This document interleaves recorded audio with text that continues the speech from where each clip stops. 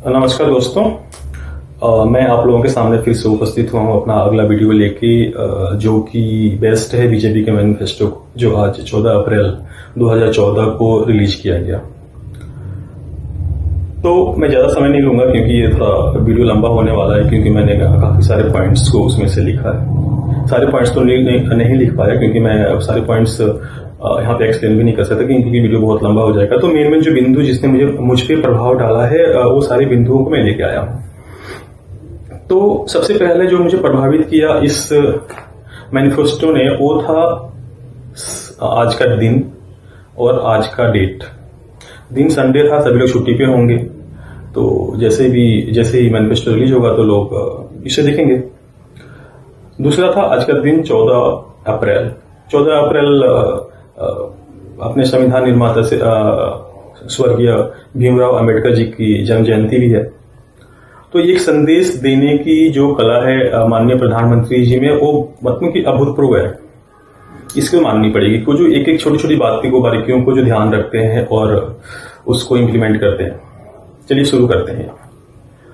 इस मैनिफेस्टो में सबसे जो एक इम्पोर्टेंट पॉइंट था वो यूसीसी का था कि देश में काफी सालों से इसकी मांग भी थी। यूसीसी यानी कि यूनिफॉर्म सिविल कोड। अब यूनिफॉर्म सिविल कोड है क्या, इसके बारे में मैं बाद में वीडियो बनाकर डिटेल में डाल दूंगा, लेकिन संक्षिप्त में बताना चाहता हूं कि जब यूसीसी आएगा तो उसमें क्या होगा कि सभी धर्म के लोगों के लिए, सभी जातियों के लिए एक ही कानून होगा। डिवोर्स के लिए, मैरिजेस के लिए, इनहेरिटेंस ऑफ प्रॉपर्टीज जैसे कि संपत्ति का अधिकार और अदर जो सिविल इश्यूज हैं, उस सब के लिए एक ही कानून होगा, चाहे वो किसी भी धर्म के जाति के हों। इसमें जहां तक मुझे लगता है कि पॉलीगैमी पे भी बैन लगेगा। पॉलीगैमी इन द सेंस की जो एक से ज्यादा शादियां करते थे उस पर भी बैन लगेगा। इसमें कुछ रिस्ट्रिक्शन लगाई जाएंगी, कुछ कंडीशंस होंगे। ये कानून जो है ऑलरेडी गोवा में एग्जिस्ट कर रहा है पहले से, जब पोर्टुगीज से जब गोवा आजाद हुआ था और भारत में जब गोवा की विलय हुआ था, तब से ही ये कानून वहां पे एग्जिस्ट कर रहा है। हाल ही फिलहाल में इस कानून को उत्तराखंड में लाया गया है और उत्तराखंड में भी इम्प्लीमेंट किया गया है, और इसके बाद से इसे आसाम में भी लाने की वहां के जो मुख्यमंत्री है श्री हिमंत विश्व शर्मा, उन्होंने भी कहा था कि वो वहां पे उसे लागू करेंगे। तो अब तो बीजेपी ने कह दिया है कि वो पूरे देश में ही लागू होगा, तो सारे राज्यों में फिर से अपने आप ही लागू हो जाएगा। तो उसकी क्या रूपरेखा होती है वो तो ड्राफ्ट तैयार होने के बाद ही बता पाएंगे आपको। तो जैसे ड्राफ्ट तैयार होगा और जैसे संसद में बिल पास लाया जाएगा तो मैं आप लोगों को एक डिटेल वीडियो बना के दूंगा। दूसरा है आयुष्मान भारत योजना। आयुष्मान भारत योजना के तहत जो गरीब परिवारों को, जो बीपीएल फैमिलीज हैं, बिलो पॉवर्टी लाइन, उनको 5 लाख का इंश्योरेंस कवर मिलता था, मेडिकल इंश्योरेंस कवर मिलता था फ्री ऑफ कॉस्ट। उसके दायरे को बढ़ा दिया गया है। अब व्यक्ति 70 या 70 से ऊपर का है, चाहे वो किसी वर्ग से हो, पुअर फैमिली से हो, मिडिल क्लास से हो, अपर मिडिल क्लास हो या फिर एफ्लुएंट क्लास से हो, 70 साल से ऊपर के हर व्यक्ति इस योजना में अपने आप इसके लाभार्थी होंगे और इसका लाभ ले सकते हैं। 5 लाख का फ्री मेडिकल इंश्योरेंस उनका होगा। इसमें ट्रांसजेंडर्स को भी अब इंक्लूड किया गया है। ट्रांसजेंडर्स कम्युनिटी के जो लोग हैं इसमें इंक्लूडेड होंगे। अब उनके लिए भी 5 लाख का जो मेडिकल इंश्योरेंस की जो फैसिलिटी वो फ्री होगा।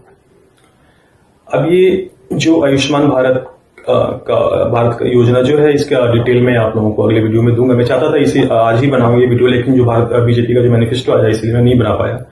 मेरी कोशिश रहेगी कि मैं इसे बना के अपलोड करूं। उसके बाद से है दूसरा जो बिंदु है वो है फ्री राशन का, जो 80 करोड़ लोगों को फ्री राशन पिछले कोविड के टाइम से ही दिया जा रहा है। इसको फिर से 5 साल के लिए और आगे बढ़ाया गया है।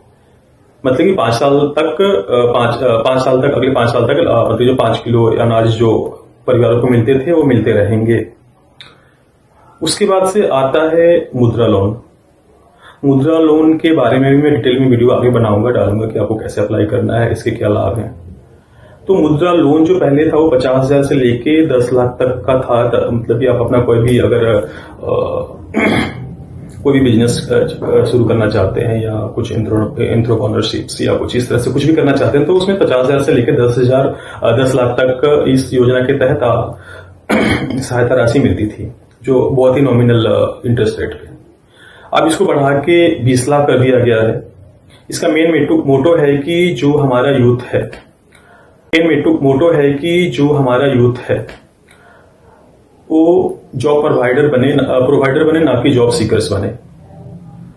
क्योंकि अगर आपको आगे जाके इमर्जिंग जो इकोनॉमिक्स हैं उनके साथ आपको कंपटीशन करना है तो आपको जॉब सीकर्स नहीं जॉब प्रोवाइडर बनना पड़ेगा, एंटरप्रेन्योरशिप को इंकरेज करना पड़ेगा। तो इसका मेन मोटो जो है यही है। उसके बाद है फ्री इलेक्ट्रिसिटी। बीजेपी के संकल्प पत्र में ये भी वादा किया गया है कि हम इलेक्ट्रिसिटी को फ्री कर देंगे। फ्री कर देने का मतलब ये नहीं है कि उनको 200 यूनिट या 300 यूनिट उनको फ्री में इलेक्ट्रिसिटी मिलेगी, इसका कतई ये मतलब नहीं है। एक सूर्य योजना प्रधानमंत्री जी ने शुरुआत करी थी पीछे कुछ दिन पहले। इसके बारे में भी मैं कैसे अप्लाई करना है, कैसे आप कर सकते हैं, उसके बारे में भी आगे जाके वीडियो बनाऊंगा और डालूंगा। तो अभी बस थोड़ा सा संक्षिप्त में आपको बताना चाहता हूँ। इसके तहत सरकार आपको सब्सिडी देगी, आप अपने रूफटॉप पे सोलर पैनल्स बिठा सकते हैं। आपके घर में जितना भी जो बिजली का कंजम्पशन होगा, अगर कंजम्पशन होने के बाद से जो आपके पास बिजली बचती है उसको आप सरकार को बेच भी सकते हैं।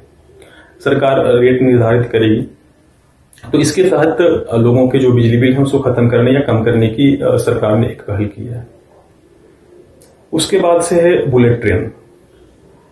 वेस्ट इंडिया में बुलेट ट्रेन मतलब कि मुंबई से अहमदाबाद तक के लिए कुछ दिनों में ऑपरेशनल हो जाएगा। काम भी उसका बहुत ही तीव्र गति से चल रहा है।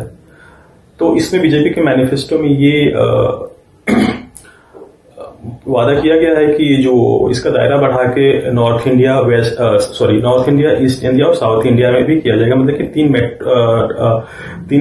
क्या कहते हैं उसको बुलेट ट्रेन और शुरू की जाएंगी। ये 5 साल के अंदर करने का है। उसके बाद से एलपीजी का है कि एलपीजी जो है हर घर तक एलपीजी पाइप गैस सप्लाई का योजना है। इसके तहत भारत के हर घर में पाइप से गैस पहुंचाने की व्यवस्था की जाएगी जिससे कि सिलेंडर से छुटकारा मिल पाए और सिलेंडर की जो उपयोगिता थी वो खत्म कर दी जाएगी। और इस योजना के आने से जो मतलब कि गैस का जो कॉस्ट है वो लगभग 30 से 40% कम हो जाएगा।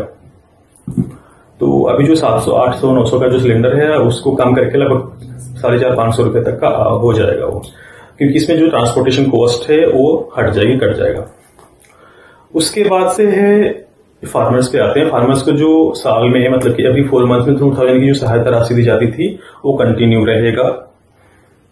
ऊपर से मतलब कि स्टोरेज बनाए जाएंगे जहां पे फार्मर्स को रिलीफ देने की कोशिश की गई है, जहां पे उनकी जो वेजिटेबल्स हैं और जो भी उनकी जो क्या कहते हैं उत्पादन है उसको सही से स्टोरेज किया जाए और उसकी स्टोरेज की सुविधा बनाई जाएगी।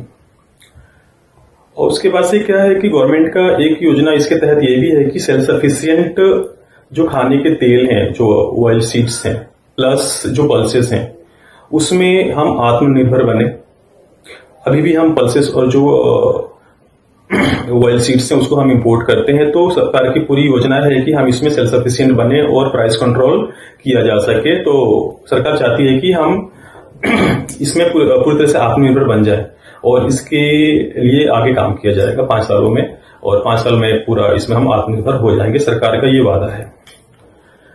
उसके बाद से जो पॉइंट है वो है 1 नेशन 1 इलेक्शन का।